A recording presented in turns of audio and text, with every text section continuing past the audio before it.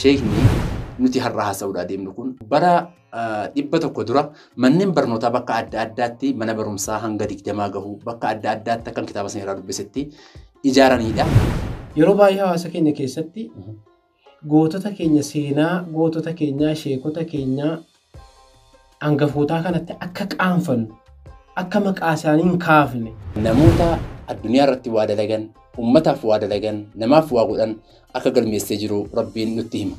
Eenyuun addunyaa kana irratti yoo ilaalte seenaa gootota ofii isa gubbaa keessatti jala teesse.